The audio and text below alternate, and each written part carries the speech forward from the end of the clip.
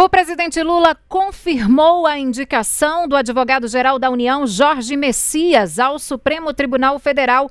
Messias foi comunicado da decisão em uma reunião hoje no Palácio da Alvorada.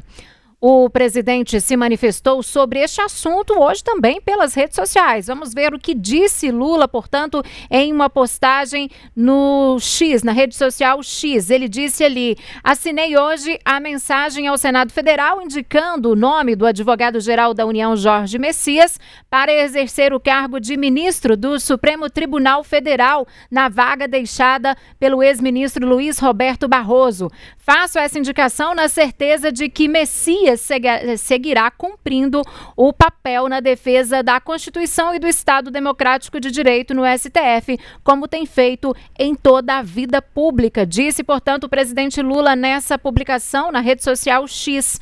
Messias se torna, portanto, a terceira indicação de Lula no atual mandato, né? Os outros dois foram Flávio Dino, para o lugar de Rosa Weber, e Cristiano Zanin, que substituiu Ricardo Lewandowski. O advogado-geral da União era o favorito, na verdade, de Lula, né, para este cargo. O senador Rodrigo Pacheco, do PSD de Minas, tinha o apoio do presidente do Senado, Davi Alcolumbre, do União de Alagoas, e também de outros ministros do próprio Supremo Tribunal Federal. Mesmo com essa escolha de Lula, ainda há outros passos, portanto, para serem feitos, né? Até que, de fato, Messias ocupe uma cadeira no STF. A escolha de um ministro do STF é uma prerrogativa do presidente da República. A Constituição, portanto, estabelece, né, que os indicados devem ser cidadãos brasileiros natos, com idade entre 35 e 70 anos e com conhecimento jurídico e boa reputação. Não existe prazo legal, na verdade, para essa nomeação. Um exemplo foi a ex-presidente Dilma Rousseff, do PT, né, que ela levou quase um ano para indicar Edson Fachin ao cargo após a aposentadoria de Joaquim Barbosa. Isso aconteceu lá em 2015. Para assumir o cargo de ministro do STF, no entanto, esse indicado, no caso, Jorge Messias, né, ele ainda precisa ser aprovado pela maioria absoluta no Senado Federal, que pode barrar a nomeação dele.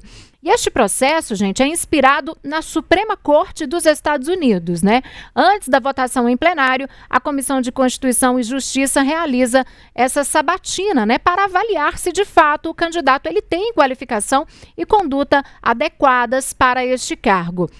O indicado ele é questionado, né, sobre diversos assuntos em diferentes áreas, sem limitação de temas, podendo inclusive tratar de assuntos políticos até questionamentos pessoais.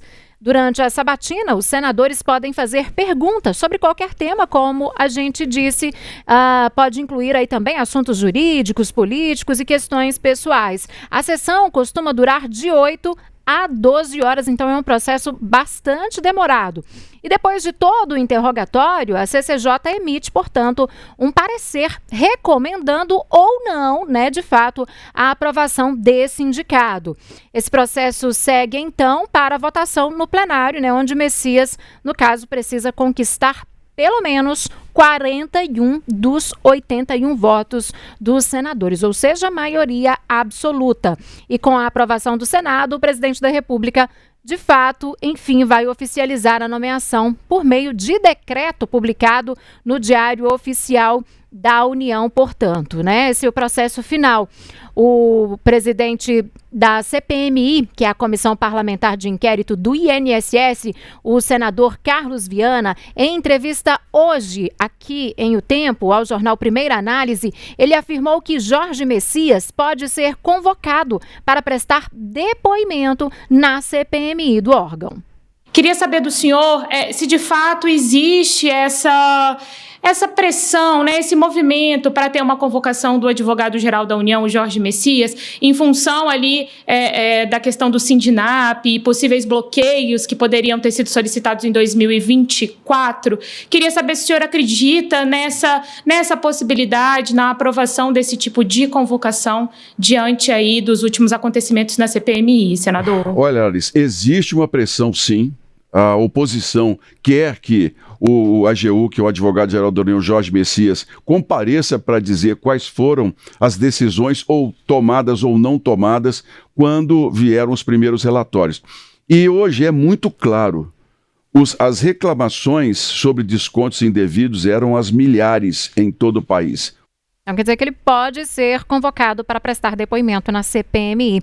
Luciene Landim, já houve alguma repercussão política em relação a essa indicação de Jorge Messias ao STF aí pelo presidente Lula, né? A gente sabe que hoje é feriado, tudo menos movimentado, mas pelas redes sociais, as discussões não param, né?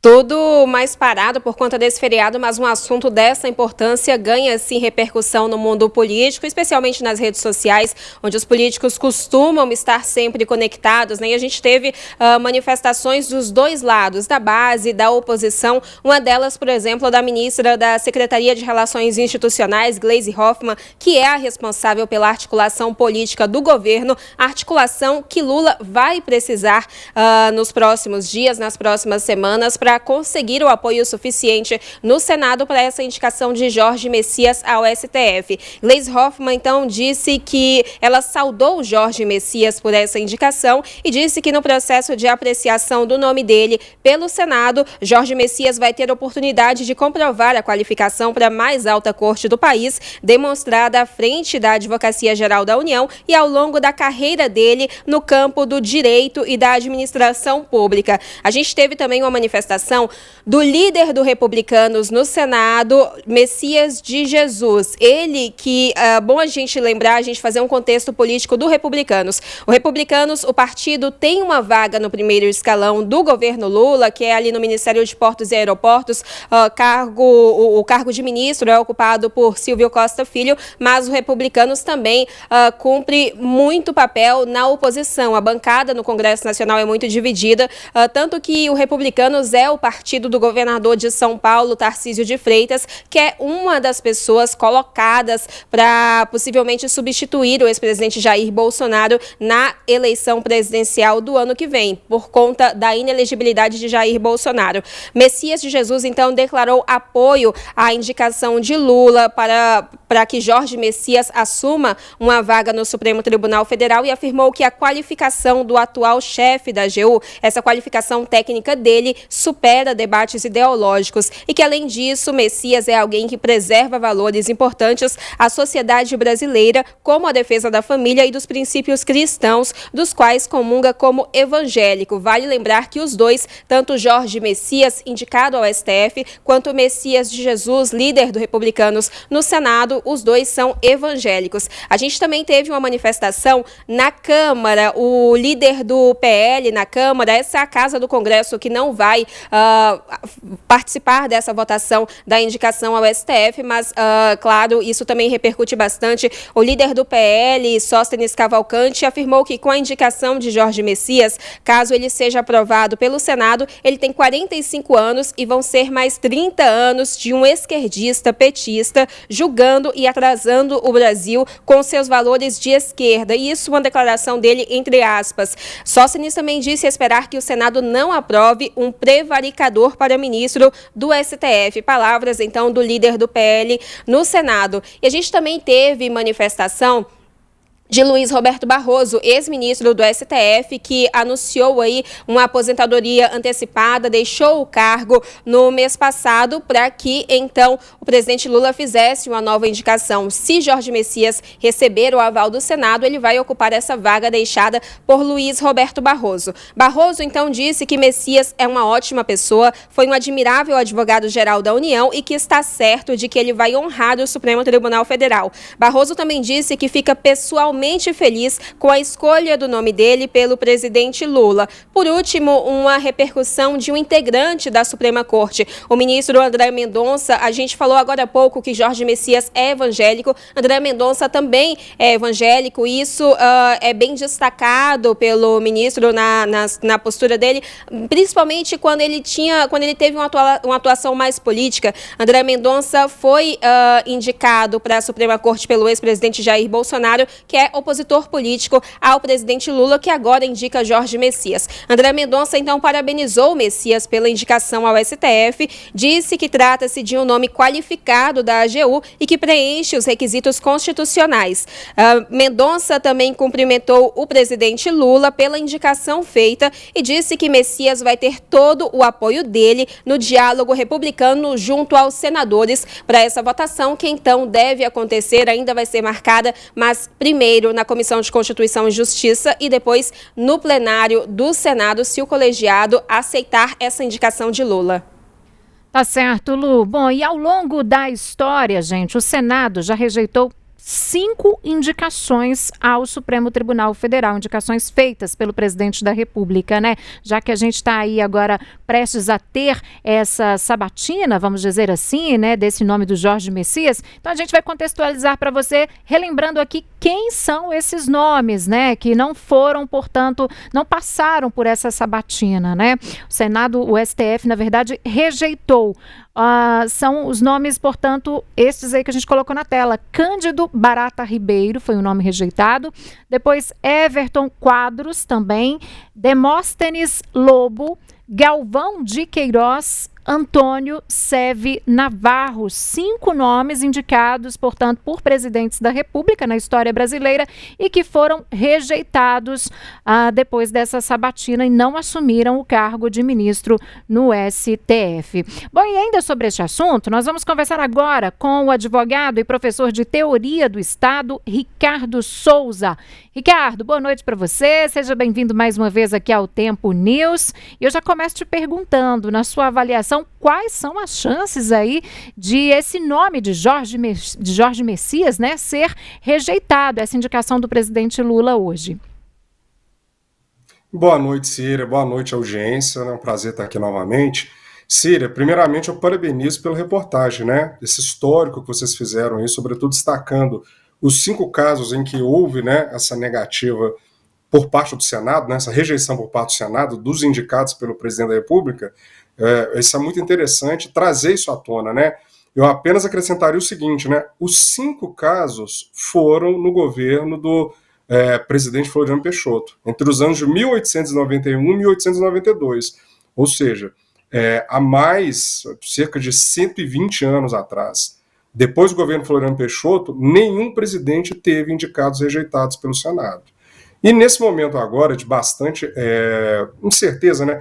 Na verdade, por conta do cenário político que o país já enfrenta, né? Existe uma polarização muito grande e como a oposição tem uma bancada muito forte, muito numerosa, tanto no Senado quanto na Câmara, todas as questões que são tratadas acabam que são politizadas, né?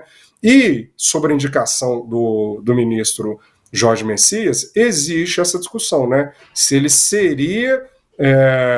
teria suficientemente apoio para poder passar pelo Senado. Ou nós estaríamos diante do 6º indicado que seria recusado pelo Senado, né? Lembrando que nós tivemos há poucos dias aí a indicação para recondução ao cargo de Procurador-Geral da República do procurador Paulo Gonet, e ele, por uma votação muitíssimo apertada, teve sua recondução aceita, né? Então há muita expectativa com relação a tanto a sabatina, né? Que a sabatina, na verdade, ela vai resultar num parecer da Comissão de Constituição e Justiça que vai encaminhar para votação, né? Então, independente do parecer, ainda é encaminhado para votação, mas há muita expectativa com relação a isso, né? O governo, ele tentou, pelo menos o presidente Lula, né? Ele busca com essa indicação uma aproximação, por exemplo, com a bancada evangélica, né? Mas a gente precisa aguardar aí os próximos passos.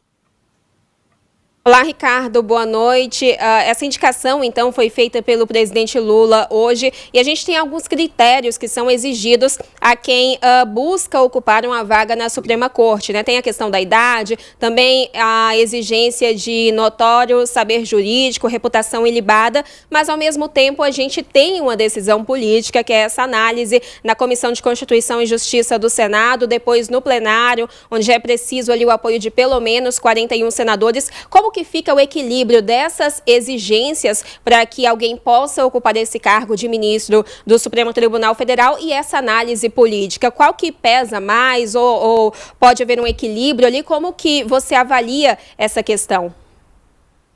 Oi, Luciene, boa noite também. A sua pergunta é fundamental, pelo seguinte, né? Nós temos como requisitos da Constituição Federal unicamente a indicação pelo presidente, a idade mínima, a idade máxima, né? Notório saber jurídico e reputação ilibada. Então, isso deveria ser o suficiente para poder gabaritar os indicados, né? O problema é que, como eu disse, nós estamos diante de um momento extremamente politizado, né? E até mesmo polarizado, onde qualquer decisão ela acaba tomando uma proporção muito grande. No caso do ministro Jorge Messias, ele tem uma carreira jurídica sólida, né?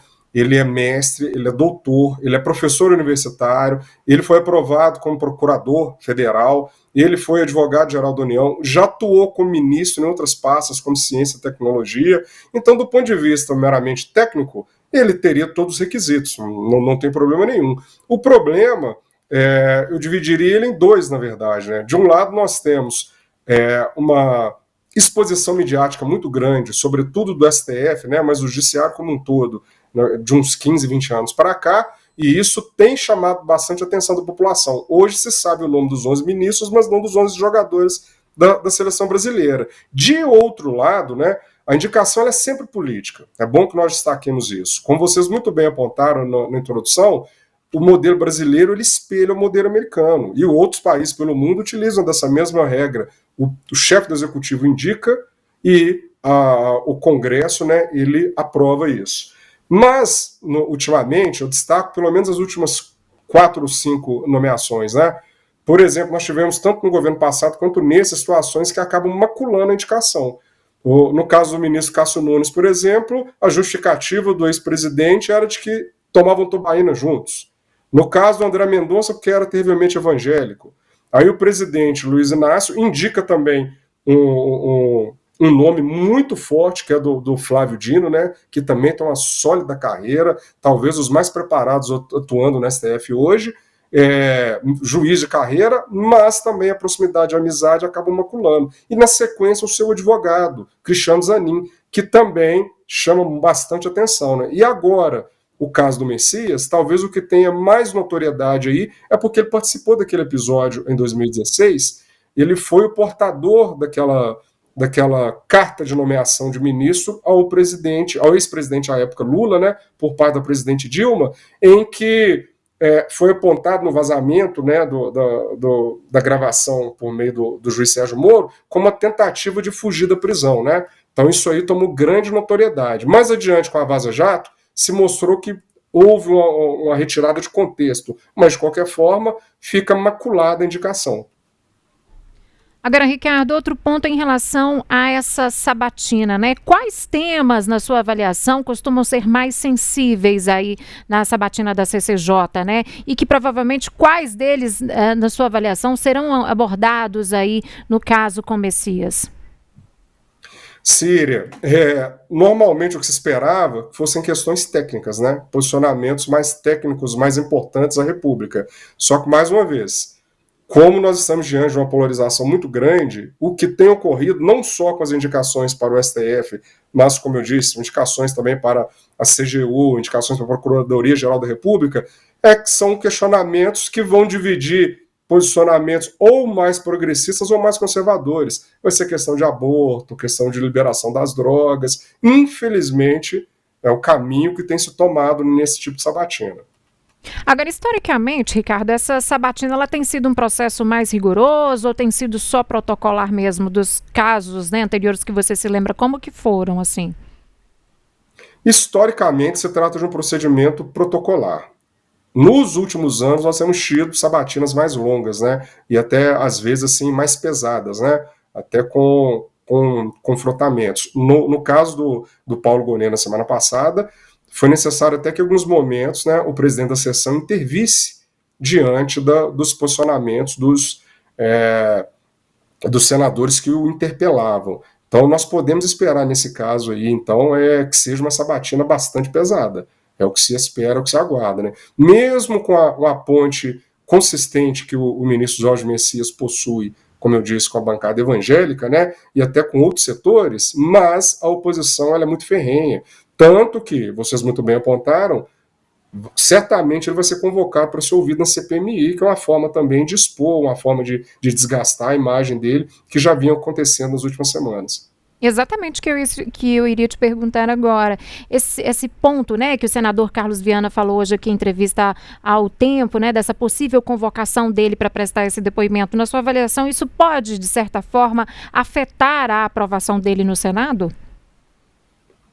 Pode sim. Eu tenho acompanhado a CPMI do INSS e, assim, o que ficou notável nas últimas semanas foi essa exposição do nome do Jorge Messias. Eu lembro que havia essa dúvida se o presidente indicaria ou Jorge Messias ou o ex-presidente do Congresso, o senador Rodrigo Pacheco, né, que também tem uma carreira jurídica consistente, um advogado renomado, foi presidente do Congresso, e outros, né, corriam por fora, como Bruno Dantas também, da CGU. Mas o passo é que, na medida que as coisas foram se desenhando para realmente a indicação do Jorge Messias, vários parlamentares ao longo das últimas semanas começaram a atacar a imagem do Jorge Messias, que já era uma preparativa para isso. Então a gente pode esperar sim que ele vai ser convocado e que provavelmente teremos embates fervorosos.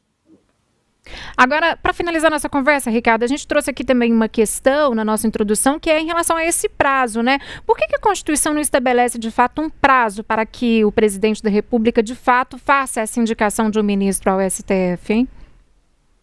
Pois é, Cira, essa realmente é uma situação que já trouxe algumas problemáticas aí, né? Eu lembro que no caso da ministra Dilma, ela demorou quase um ano ou mais de um ano, né, para indicar o ministro Fachin, né, que estava substituindo o ministro Joaquim Barbosa, que havia se aposentado, e também nós tivemos, além da demora da indicação, nós tivemos no caso do ministro André Mendonça também, a demora na submissão, né, do nome a votação, foi o ministro Alcolumbre que fez isso, no caso do ministro André Mendonça, e a explicação para isso é o seguinte, né, a Constituição ela não pode abarcar a totalidade das situações, a função principal da Constituição é trazer fundamentos basilares, né, para a nossa legislação, para o nosso Estado, e a partir dessas regras básicas, fundamentais, a legislação vai se desenvolvendo. Nesse caso, nós não temos nem na Constituição e nem na legislação específica a determinação de um prazo, né? Quer seja para a indicação em si, quer seja para a submissão do nome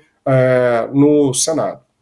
Tá certo, Ricardo Souza. O Ricardo é advogado e também professor de teoria do Estado, mais uma vez aqui conosco no Tempo News, nos ajudando a entender um pouco toda essa situação, todo esse trâmite, né, que envolve, portanto, essa indicação aí de Jorge Messias a essa vaga no STF. Ricardo, muito obrigada pela disponibilidade mais uma vez e até uma próxima. Não há de que, Cira, sempre um grande prazer, Cira.